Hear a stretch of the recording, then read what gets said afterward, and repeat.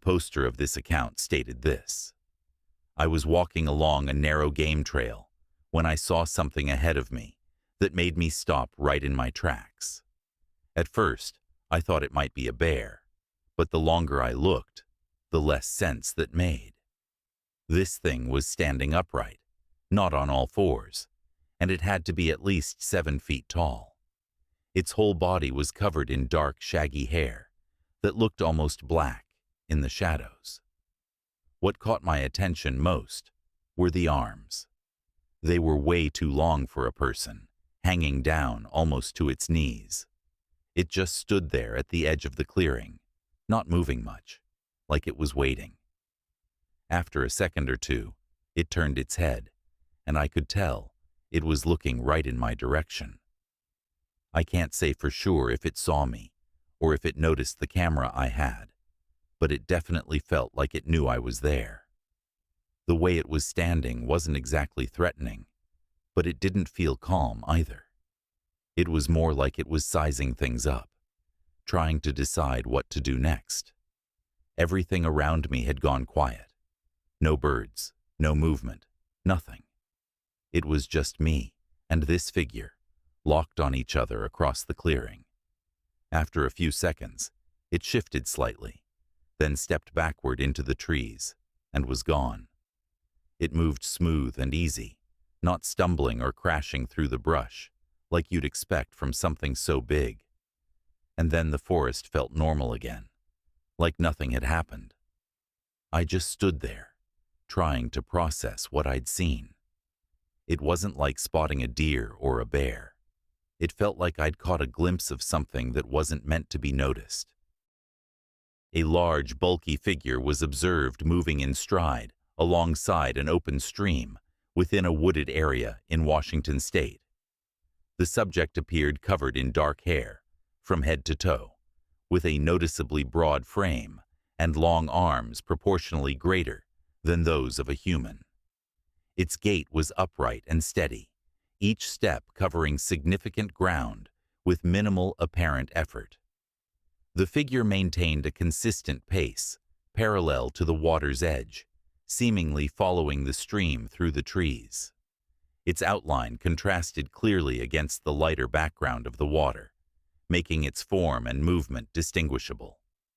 The overall appearance matched common descriptions attributed to Bigfoot: tall, heavily built, darkly furred, and moving with deliberate human-like strides. A series of photographs taken in the remote wilderness of Russia appear to capture a large, upright figure, believed by some to be the Almasty, the regional counterpart to Bigfoot. The images, though distant, consistently show a dark, bulky form moving with a steady human-like gait among the trees. Its proportions are striking: broad shoulders, long arms that hang low at the sides, and a frame far larger than that of an ordinary person. As M.K. Davis discusses the material, he highlights the overall consistency across the sequence. The figure maintains a natural stride throughout, its movements suggesting weight and mass, rather than the stiffness of a staged hoax. He notes the distinctive posture, the forward lean, the slope of the shoulders, and the absence of a clear neck, as details frequently reported in other alleged Bigfoot encounters. Davis emphasizes how the collective set of images tells a continuous story, showing not a single ambiguous shape, but a moving subject with recognizable anatomy. To him, the photographs stand out not for their dramatic clarity, but for the subtle way they capture a living presence navigating its environment, reinforcing patterns seen in past alleged footage of North American Bigfoot. I'd like to spend a little time with you to discussing some photos that I've been sent from the USSR, the old former USSR, Russia, and some hominidologists over there. They're part of the Department of Hominidology. I hope I'm saying that right. Igor Bortsev and Dmitry Bayanov. and they were kind enough to send me these photos to take a look at in the way of enhancements. And I wanted to kind of do a little rundown on these photos and what I think they are of. And, you know, I'll start with, I'll just give you a look at them. Now, here's one of the photos, and the subject of the photo is off in the distance under this tree right here, in this area right here. So the task at hand would be to zoom in and then to brighten up so that you can see what exactly it is. And I was able to do that, and pretty significantly, and it was very interesting to say the least. And these photos were taken in Siberia. And there was a number of individuals there present who witnessed this event. And so photographically, I'm going to take a look at it. Let's just zoom in on this particular picture.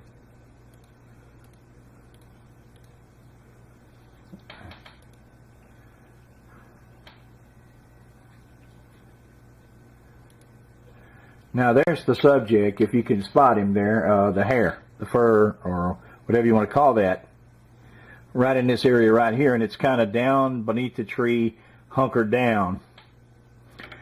Now, you know, what I did to the photo was to brighten it, and it's kind of funny, but let me go back down. I don't know what the original was. Let me reload it. To do this type of enhancement, you have to have all the variations of this photo, all the elements at the same amount of zoom. Okay, so this is at 37%. And what I'm going to do is I'm going to do a digital split.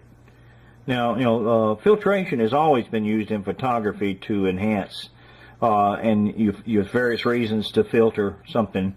You might want to filter out the chromatic aberration, you know, where the defects in the lens that contribute to unsharpness. But in this case, this is a pretty sharp photo. So, you know, I'm more interested in brightening up the shadows. Okay, so there's a couple of ways you can filter or split an image up. One way is with RGB, red, green, and blue, which is with a view to looking at how it's displayed on the monitor. And then there's another way, which was looking at it with a view of how I'm going to print it out, and how to mix the inks. And that would be cyan, magenta, yellow, and then black, which, when you say black, it means all tones below a certain value, you know, in brightness, so that the computer would want to mix black ink for that tone. So let's do that. I'll split it, CMYK, and I see if make sure you can see that. Okay, here we go. Now the first thing you see here is a much brighter image, and that's all the subdued tones that would be mixed as black, and it's separated out from the picture. You see the other tones, the yellows, the magentas, cyan. I'm just going to dump them. Don't want those right now. Let's just get these subdued tones up here where you can see them, and let's zoom in on them. And I think this is at 37%, so I'll have to return to that. Here we go. So, can you see a difference? Now, of course, you can also carry this a little higher. So, now it's not telling me a lot more in this particular photo, because the subject is in a posture such as that he's really not, you know, the brightening of it really doesn't tell me anymore. But what I wanted to do was go through this with you. And now I'll go to back to the list of photos, and I should have some that are. Here is an animation with all the first 5 frames. And I'm going to open it up in an animator. There we go.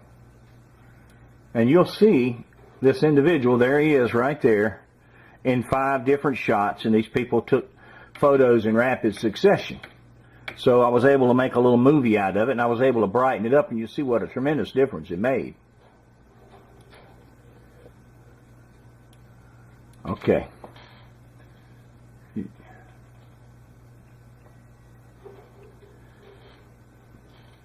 Pretty interesting now, isn't it? You can actually see it up under that tree, in the shadows of that tree.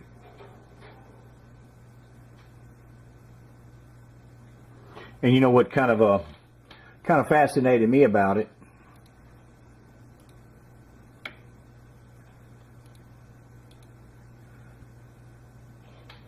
Is this right here?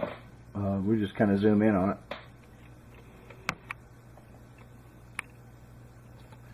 That it's got. At first, I thought this was like a hoodie with hair hanging out, but actually, at that distance, the individual strands of head hair are hard to see, because I mean this is a tremendous zoom. But this is actually the beard, and the beard is of a much lighter color than the hair on the rest of the body. So that it's got actually a tasseled, long tasseled, kind of a raggedy, stringy, reddish blonde beard.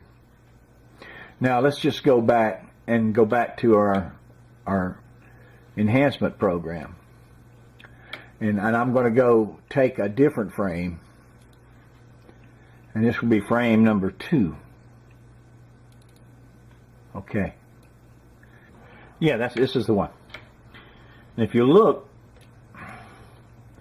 at this photo, you'll see ice on the feet and ice on this leg all the way up to here. And it's, you know, it's not just snow, it's ice. And when you get ice in there like that, and each follicle or each strand of hair has a coating of ice, then it's going to deform the hair. The hair is going to be bellowed out. So you know, it's only a photo. It's only an instant of time. It's not going to do the same things for analysis that a video or film will do. But in a very good photo, it will tell you an awful lot. And this is good enough to see individual hairs, even at this distance. See the foot bottom. You can see the snow on the toes and that sort of thing. So I'm pretty impressed with them. That's all for now. We'll talk about some more later. I thank you for your time. A large, dark figure moves steadily across the crest of a hilltop, its broad shoulders and long limbs clearly visible against the sky. The upright posture and deliberate, almost human-like stride give the impression of a potential Bigfoot crossing the landscape.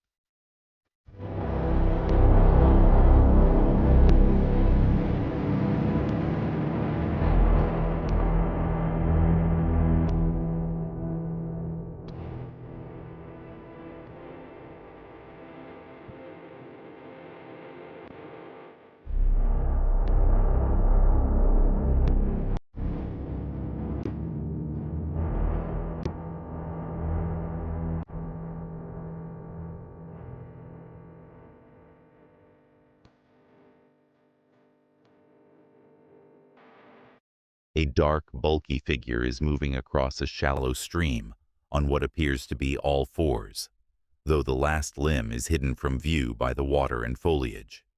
Its form is unusual and vaguely humanoid, creating uncertainty about its identity. From this angle, it could be Bigfoot, but it might also be an unknown animal or a trick of perspective. The surrounding forest and rippling water add to the mysterious impression of the scene. In a recent submission to the Rocky Mountain Sasquatch Organization, RMSO, a viewer named Charles provided compelling evidence of Bigfoot activity near the Chipola River in Florida. His submission included photographs of large, human-like footprints found in the woods, approximately 300 yards from a previously documented sighting of a Sasquatch near the river. These footprints are notable for their size and depth, suggesting the presence of a large bipedal creature in the area. Additionally, Charles shared a video he had taken earlier this year, capturing footage of a large, upright figure moving through the forest near the river. The creature's size and gait are consistent with descriptions of Bigfoot or the regional skunk ape.